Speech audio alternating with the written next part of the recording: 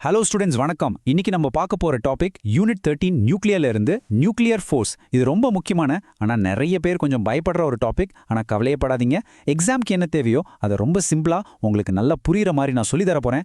இன்னைக்கு இந்த செஷன் முடியும் போது நியூக்ளியர் ஃபோர்ஸ்னா என்னன்னு உங்களுக்கு கிறிஸ்டல் கிளியரா புரிஞ்சிடும். அதை பத்தின பயமும் போயிடும்.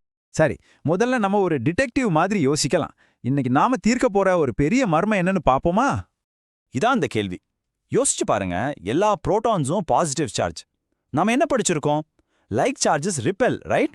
அதாவது ஒரே மாதிரி சார்ஜ் இருந்தா ஒன்னு விளக்கும். அப்போ லாஜிக்கலா பார்த்தா ஒரு நியூக்ளியஸ் இருக்கவே கூடாது இல்லையா? கூலம்ஸ் லா படி அந்த குட்டி நியூக்ளியஸ்குள்ள இருக்கிற புரோட்டான்ஸ் நடுவுல ஒரு நினைச்சு பார்க்க முடியாத அளவுக்கு ஒரு பிரம்மாண்டமான ரிப்பல்சிவ் ஃபோர்ஸ் இருந்தே ஆகணும். அந்த ஃபோர்ஸ்ல நியூக்ளியஸ் சும்மா வெடிச்சு சிதறணும். ஆனா அப்படி நடக்கிறதே இல்லையே. ஏன்? அது எப்படி ஒன்னா இருக்கு? இப்போ இந்த மர்மத்தை தீர்க்கறதுக்கு நம்ம கதையோட ஹீரோ வராரு. அந்த ஒரு சூப்பர் பவர் இல்ல ஒரு சூப்பர் ஃபோர்ஸ். ஒருவேளை அந்த ரிப்பல்ஷனை விட 100 மடங்கு பவர்ஃபுல்லான ஒரு புது ஃபோர்ஸ் அங்க இருந்தா, ஆனா ஒரு கண்டிஷன், அந்த ஃபோர்ஸ் பார்ட்டிகிள்ஸ் ரொம்ப ரொம்ப பக்கத்துல இருக்கிறப்ப மட்டும்தான் வேலை செய்யணும். அப்படி ஒரு ஃபோர்ஸ் இருந்தா நம்ம மர்மம் தீர்ந்துடும் இல்லையா? இத புரிஞ்சுக்க ஒரு சின்ன அனாலஜி சொல்றேன். ஒரு சின்ன ரூம்ல ஒருத்தர் பிடிக்காத நிறைய பேர் இருக்காங்கன்னு வச்சுக்கோங்க. இவங்க தான் புரோட்டான்ஸ். ஆனா அவங்க ரொம்ப பக்கத்துல கையற்ற தூரத்துல வரும்போது அவங்களுக்குள்ள ஒரு பயங்கரமான ஃப்ரெண்ட்ஷிப் ஃபோர்ஸ் உருவாகுது. இந்த ஃப்ரெண்ட்ஷிப் அவங்களோட வெறுப்பை விட ரொம்ப ஸ்ட்ராங். அதனால அவங்க பிரியாம ஒன்னாவே இருக்காங்க. இந்த ஃப்ரெண்ட்ஷிப் தான் நம்ம நியூக்ளியர் ஃபோர்ஸ். ஓகே, இந்த ஃப்ரெண்ட்ஷிப் அனாலஜி நல்லா இருக்கு. ஆனா எக்ஸாம்ல போய் கதை எழுத முடியாது இல்லையா? ஸோ இப்போ நம்ம கரெக்டா எக்ஸாம்ல மார்க் வாங்குறதுக்கு என்சிஆர்டி டெக்ஸ்ட் புக்ல என்ன சொல்றாங்கன்னு பார்ப்போம். அப்போ இதோட ஒஃபிஷியல் டெஃபினிஷன் என்ன? புரோட்டான்ஸையும் நியூட்ரான்ஸையும் ஒரு நியூக்ளியஸ்குள்ள ஒன்னா சேர்த்து வச்சிருக்கிற அந்த ஸ்ட்ராங் அட்ராக்டிவ் ஃபோர்ஸ்க்கு பேர் தான் நியூக்ளியர் ஃபோர்ஸ். அப்படியே எக்ஸாம்ல எழுதுங்க, ஃபுல் மார்க் தான். இப்போ நம்ம பார்க்க போற இந்த 4 பாயிண்ட்ஸும் எக்ஸாம்க்கு ரொம்ப ரொம்ப முக்கியம். 1, இதுதான் நேச்சர்லயே த ஸ்ட்ராங்கஸ்ட் ஃபோர்ஸ்.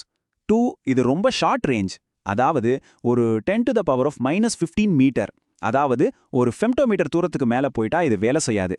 3, இது சார்ஜஸ் சார்ந்ததில்ல. Proton proton, neutron neutron, proton நியூட்ரான்னு எல்லாத்துக்கும் நடுவுலையும் ஒரே மாதிரி தான் அட்ராக்ஷன் இருக்கும். அண்ட் 4, ரொம்ப ரொம்ப பக்கத்துல போனா இதே ஃபோர்ஸ் ரிப்பல்சிவா மாறிடும். இந்த என்சிஆர்டி கிராஃபை பாருங்க. Y ஆக்சிஸ்ல பொட்டென்ஷியல் எனர்ஜி இருக்கு, X ஆக்சிஸ்ல நியூக்ளியான்ஸ்க்கு நடுவுல இருக்கிற டிஸ்டன்ஸ். அந்த டிஸ்டன்ஸ் 0.8 ஃபெம்டோமீட்டருக்கு மேல இருக்கும்போது பொட்டென்ஷியல் எனர்ஜி நெகட்டிவ்ல இருக்கு. ஞாபகம் வச்சுக்கோங்க, நெகட்டிவ் பொட்டென்ஷியல் எனர்ஜினா அது அட்ராக்ஷன். ஆனா அந்த 0.8 எஃப்எம்க்கு உள்ள வந்தா பாருங்க, எனர்ஜி ஷர்ன்னு பாசிட்டிவ் ஆகுது.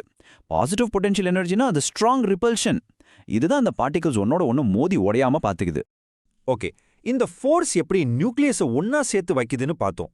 இப்போ அந்த ஃபோர்ஸுக்கு தேவையான எனர்ஜி எங்க இருந்து வருது? அத பைண்டிங் எனர்ஜின்னு சொல்லுவோம். வாங்க அதை பத்தி பார்ப்போம்.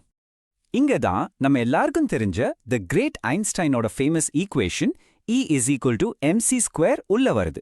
நம்ம புரோட்டான்ஸையும் நியூட்ரான்ஸையும் ஒன்னா சேர்த்து ஒரு நியூக்ளியஸை உருவாக்கும் போது கொஞ்சம் மாஸ் காணாம போயிடுது.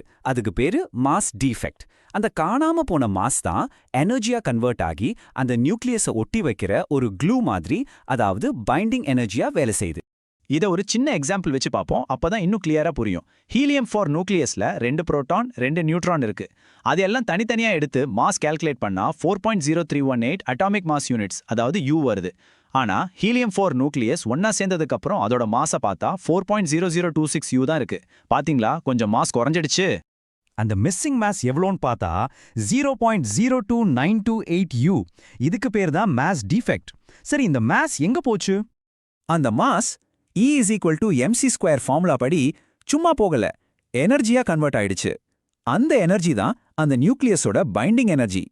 இந்த கேஸ்ல அது 27.3 மெகா எலக்ட்ரான் வோல்ட்ஸ். இவ்ளோ பெரிய எனர்ஜி தான் அந்த சின்ன நியூக்ளியஸை ரொம்ப ஸ்ட்ராங்கா புடிச்சு வச்சிருக்கு. ஆல்ரைட், இப்ப கான்செப்ட் நல்லா புரிஞ்சிடுச்சு. ஆனா நம்ம ஸ்டூடெண்ட்ஸ் எக்ஸாம்ல மார்க்ஸ் விடுறதுக்கு காரணமா இருக்கிற சில காமன் தப்புகளை இப்ப சரி பண்ணிக்கலாம். ரெடியா? நிறைய பேர் நினைக்கிறாங்க பைண்டிங் எனர்ஜினா நியூக்ளியான்ஸை வெளியே தள்ளுற எனர்ஜின்னு. தப்பு. பைண்டிங் எனர்ஜிங்கிறது அந்த க்ளூ. அந்த க்ளூ எவ்வளோ ஸ்ட்ராங்கா இருக்கோ அந்த அளவுக்கு நியூக்ளியஸ் ஸ்டேபிளா இருக்கும். ஒரு நியூக்ளியஸை உடைக்கணும்னா நாம வெளியே இருந்து பைண்டிங் எனர்ஜி அளவுக்கு எனர்ஜி கொடுத்தாதான் முடியும். இன்னொரு தப்பு, பெரிய நியூக்ளியஸ்னா ரொம்ப ஸ்ட்ராங், ரொம்ப ஸ்டேபிள்னு நினைக்கிறது. அதுவும் தப்பு. உண்மையில அயன் மாதிரி மீடியம் சைஸ் நியூக்ளியை தான் ரொம்ப ஸ்டேபிள்.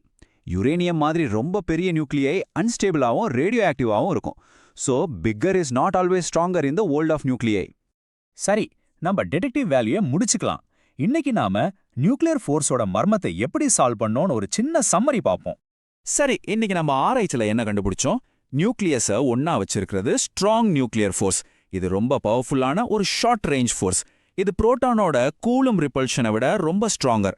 அந்த ஃபோர்ஸ்க்கு தேவையான க்ளூ, எனர்ஜி, மாஸ்லேருந்து E = mc² படி வருது. இந்த பாயிண்ட்ஸை நல்லா ஞாபகம் வச்சுக்கோங்க. Now, why does this matter to you? இதெல்லாம் எதுக்கு படிக்கணும்னு நீங்க கேட்கலாம். இந்த ஒரு சின்ன ஃபோர்ஸை புரிஞ்சுக்கிட்டா நம்ம அடுத்த டாபிக்ஸான ஃபிஷன் அண்ட் ஃபியூஷன், அதாவது சன் எப்படி எரியுது, நியூக்ளியர் பவர் பிளான்ட்ஸ் எப்படி வேலை செய்யுதுன்னு எல்லாமே உங்களுக்கு ரொம்ப ஈஸியா புரிஞ்சிடும். இதுதான் அடுத்து வரப்போற எல்லா கான்செப்ட்ஸ்க்கும் பேஸ். ஸோ கடைசியா ஒன்று யோசிச்சு பாருங்க. நாம இன்னைக்கு படிச்ச இந்த சின்ன ஷார்ட் ரேஞ்ச் ஃபோர்ஸ் தான் இந்த யூனிவர்ஸ்ல இருக்கிற எல்லா ஆட்டம்ஸையும் உருவாக்குது, நட்சத்திரங்களுக்கு ஒளி கொடுக்குது. எவ்வளோ பெரிய விஷயம் இந்த சின்ன ஃபோர்ஸ்குள்ள ஒளிஞ்சிருக்கு. All the best for your exams. நல்லா படிங்க.